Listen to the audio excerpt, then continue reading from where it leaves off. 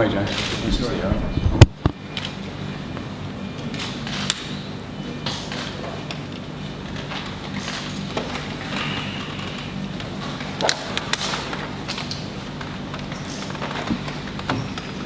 Good afternoon, everybody. Welcome to the Trinity House here for a very special day for Anthony Joshua, for us and for British boxing. Delighted to announce that we finally got our man. Anthony Joshua has turned professional and signed a long-term deal with Matchroom Boxing and will debut officially on October the 5th at the O2 Arena in London. For me, this is a very pleasing day. Obviously, we've all seen what Anthony Joshua has achieved in just 43 amateur fights. Silver medal in the World Championships and of course culminating in Olympic gold at the Olympics in London last year. And finally, I believe we've got a heavyweight in this country that we can get very, very excited about. For me, Anthony Joshua has got it all. He's got speed, he's got power, he looks the part, he talks the part, and I think we've got the perfect ambassador, not just for British boxing, but for British sport.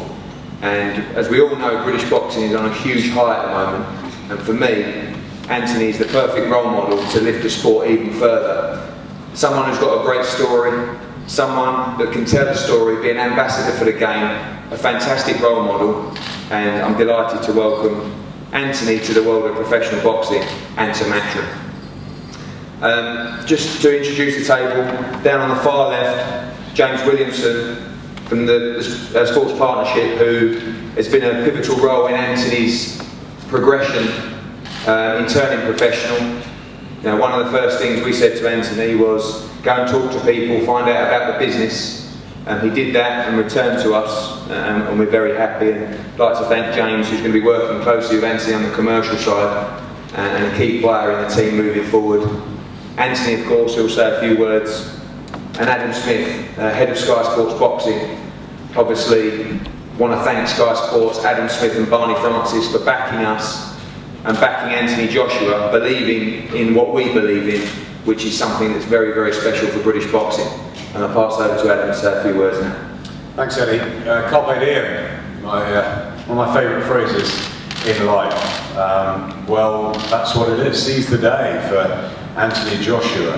I've given up an important family occasion to actually be here today because I want to show him and Eddie our support on Sky. We really are very, very excited. It's a capital announcement, really, in the capital, a year on from striking gold in the Olympic Games and being part of the most successful British Team GB boxing there's ever been. I've got to know Anthony pretty well over the last few months, and I've been impressed with his attitude, his nature, his professionalism, and of course his towering presence. Early moments stick in the memory over the years. I remember first meeting Nassim Mohammed in Sheffield when he told me he was going to bring something totally different to Sky TV. I remember meeting Ricky Hatton on a punch bag in the corner of Billy Graham's Phoenix gym when he was a teenager. And I remember Billy saying to me, watch out for that kid. Then in Hull just a few days ago, Luke Campbell's professional debut, and he just seemed so dazzling. There was something about him. The speed I took home that night thinking, I wonder if Luke can go on all the way.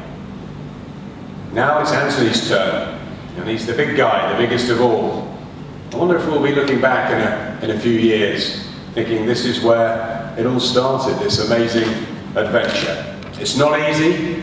Ask Audley Harrison about that. But it can be done extremely well. Ask Lennox Lewis. And we couldn't be more delighted to have Anthony Joshua on Sky. Welcome. Thank you. Thank you, Adam. Anthony, over to you to say a few words. Thank you, Adam. Thank you, Eddie. Thanks, James, as well. Thank you for coming down on my first press conference. Becoming a professional boxer now. Leaving the amateur ranks, so I'd definitely like to give a big thank you to Finchley ABC, where I began, and I had my first bout representing Finchley ABC, and a big thank you to GB Boxing. You know, through the thick and thin, the tough road, learning my trade, and as I'm still learning now, took me from a complete novice, from ABA champion to #1 in the world, Olympic gold medalist. It's a privilege working with the coaches and my teammates and the support staff up there. As they say, behind every successful person is a big team. So it's given me the foundations, I think, to move into the professional ranks, to take that formula as an amateur into the professional ranks and potentially become a great ambassador for professional boxing and hopefully become #1 in the world sometime in the future. But this is just the beginning. It's going to be a very, very tough road, but I'm so determined and I know what I've got to do to make my dreams come true, and I'm willing to sacrifice anything I have to sacrifice in order to create this destiny and to make everyone in Britain proud of me. And this is the beginning. This is Carpe Diem, October the 5th. It's my time to seize the day and seize the moment and just keep on building, climbing that ladder. And I'd like to say again, thank you for coming. And I'll hand back to Eddie. Thank you, Anthony. Yes, quite right. Carpe Diem, October the 5th at the O2. We're going to build a massive card.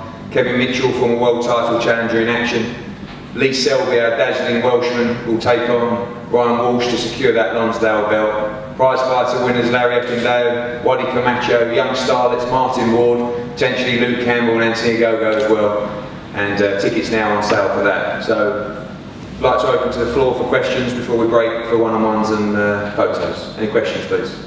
Anthony, explain training. I'm going to be based in Tony Sims' gym to start with, get my professional career on the road. I'll be there with Benny Liam, my cousin, we'll be training there together.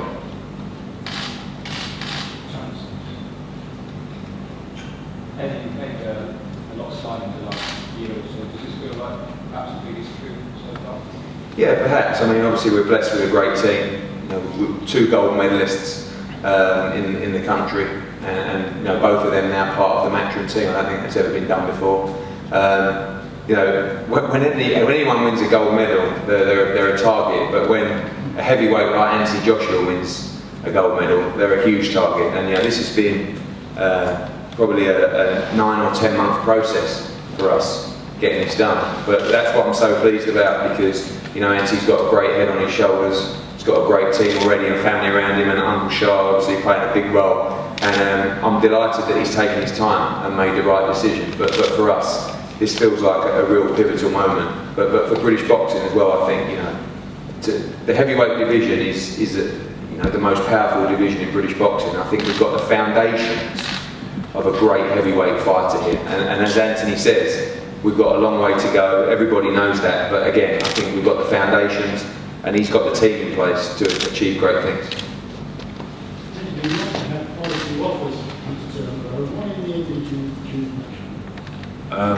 I began at Matchroom when I first started looking at professional contracts. And as Eddie said, he advised me to take time out, look at every offer, look at the best option for me to move forward.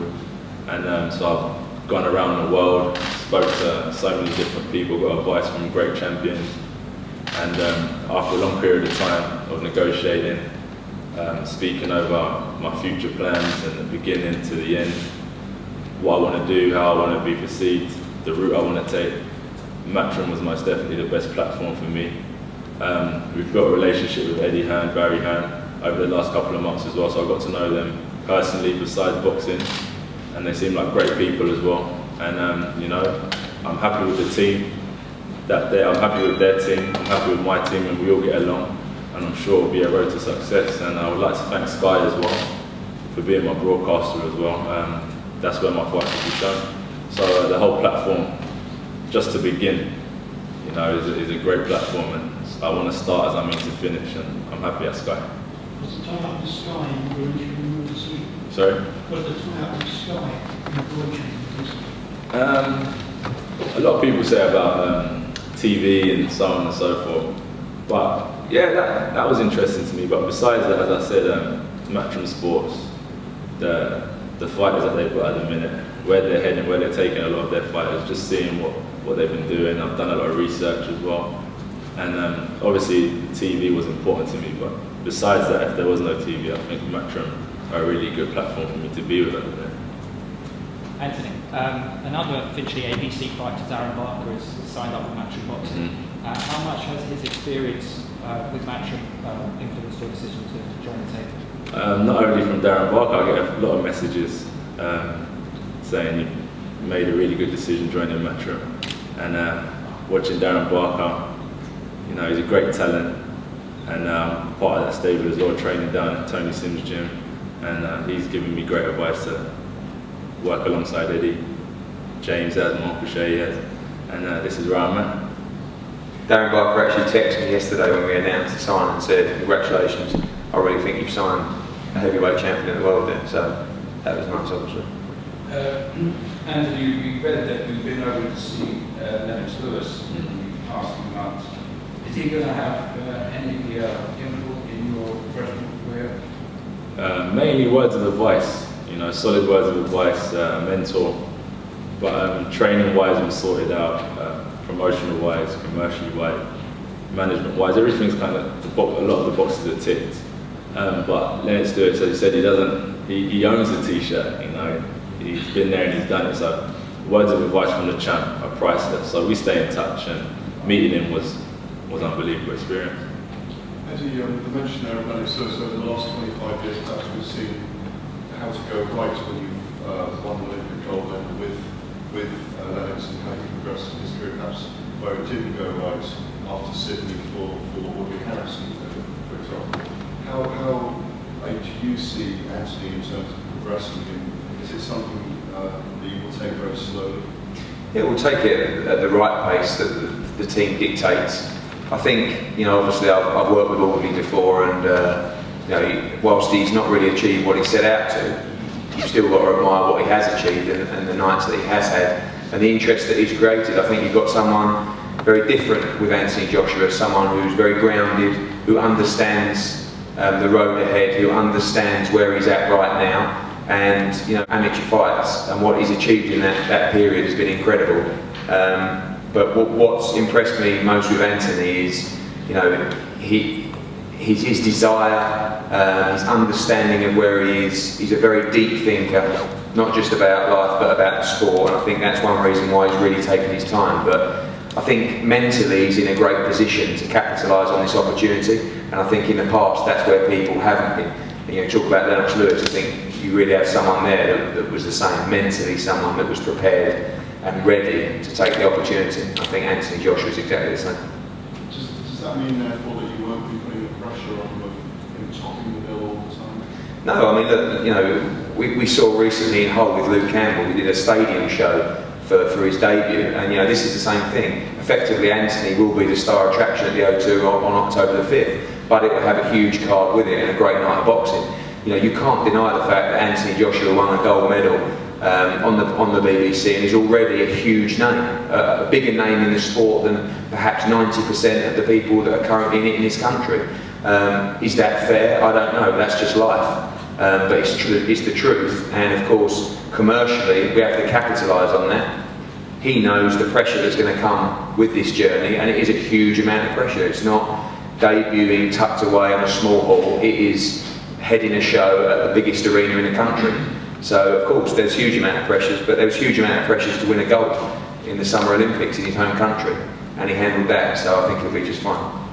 Yeah, you talk about moving pace with the team dictates. How do you balance that with public expectation? You say where everybody wants instant gratification. How do you balance your pace, the pace of the team dictates along with public expectation? Well, you kind of have to not worry about public expectation and just worry about our expectations and Anthony's expectations and where we're at, because you know, one thing we'll not be doing is making mistakes. So you know, the plan is quite simple for Anthony, is to box a minimum of eight times per year. We'll be looking to box him 4 times between his debut and the end of the year, and that'll include October the 5th at the O2, the end of October in Sheffield Arena on a big Kell Brook card, and also on the Froch Groves undercard as well. That's a minimum 3, but there will be 4. And just really play it by ear. I mean, you know, I think Anthony's going to adapt really well. Obviously, we've got to pick the right opponents. And we need to move at a pace where we won't come in for criticism. We'll always come in for criticism because that's just what happens. But we'll do the right thing, as we always do. And we'll pick the right opponents at the right time. But you know, the most important thing is to understand where Anthony's at every moment, and I think we'll do that very well. Eddie, do you think with David Hay, Tyson Fury, to a lesser extent, Bryson, Chisora, that perhaps the heat's going to be taken off Anthony a bit, as you know, it's not the standalone heavyweight, there are heavyweights in this country and across the world. Do you think that will help us there? Yeah, I think British boxing is buzzing at the moment across all divisions, and actually the heavyweight division is seeing a little bit of resurgence as well. So I think you're right. I mean, with Hay Fury coming up, that will take a little bit of heat off of Anthony. But I think what we've got with Anthony, which we haven't got with a lot of the other guys in the division, is a real opportunity to take the division to a new level, and that's how good we think he is. But what we've got at the moment is huge potential.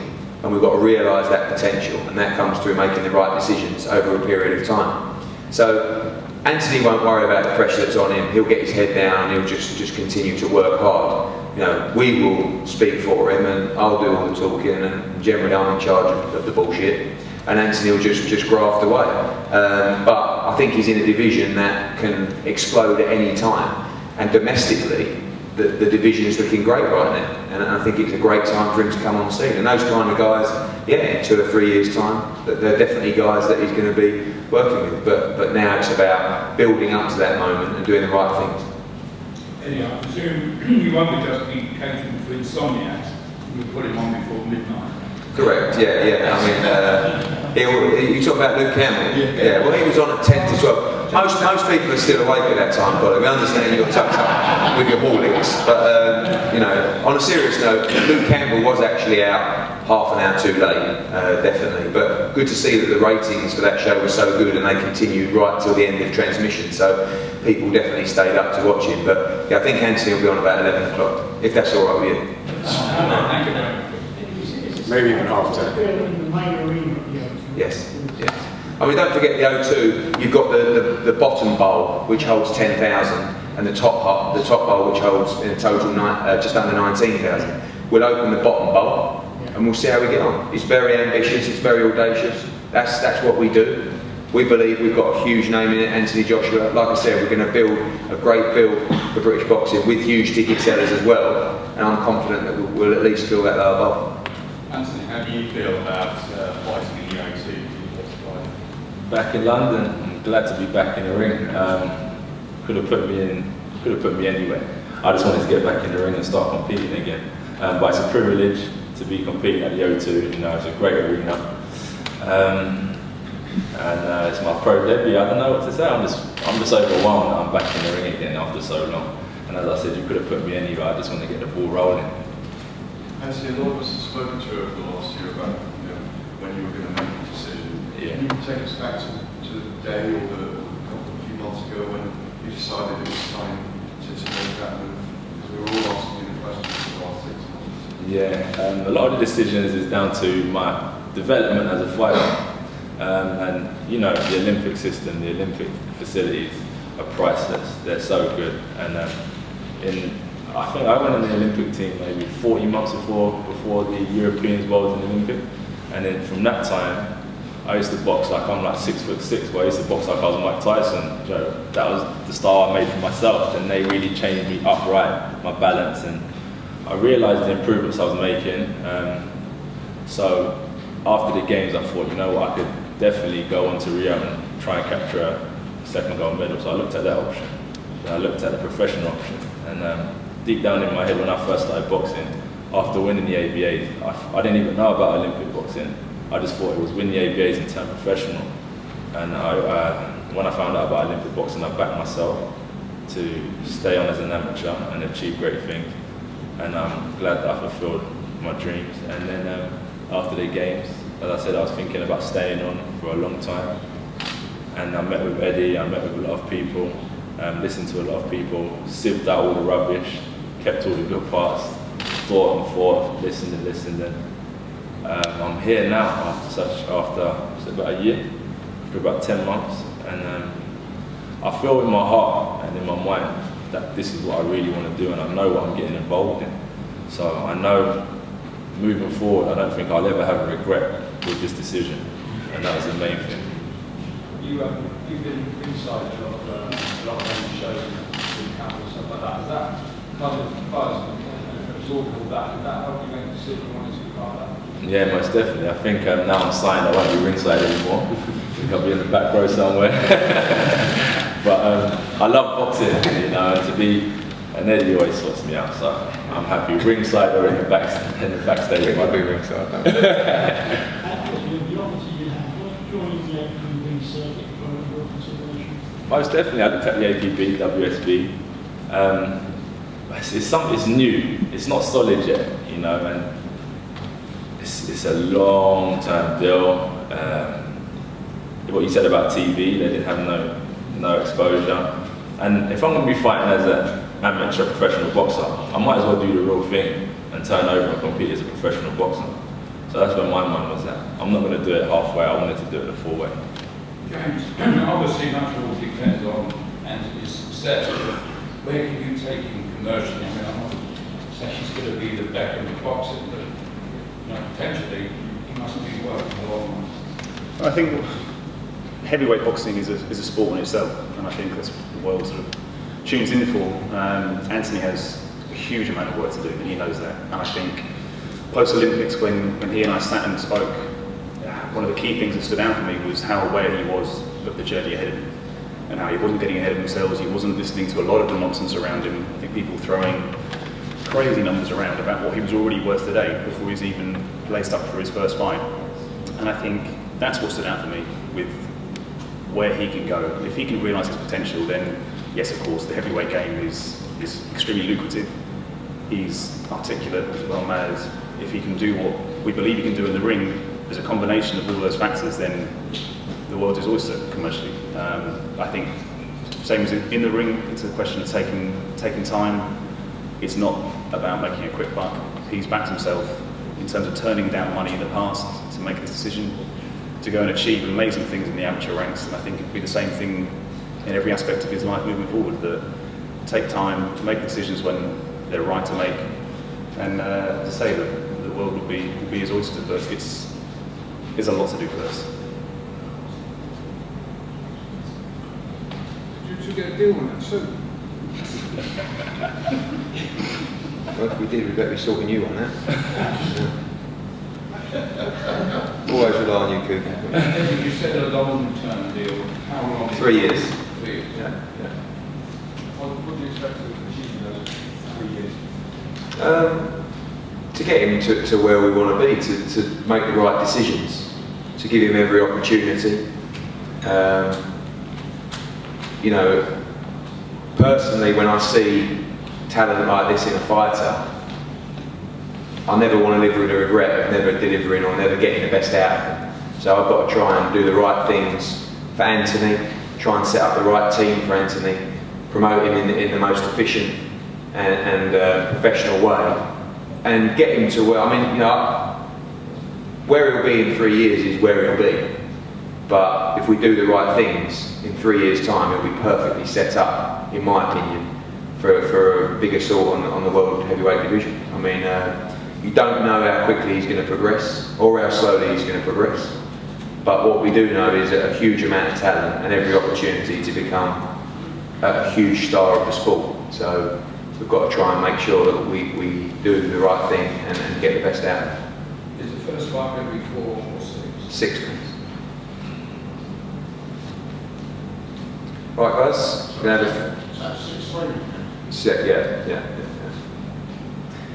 Right, we're going to have a few photos and then everyone's available for one-on-ones if need be. Thank you very much. See you at the O2.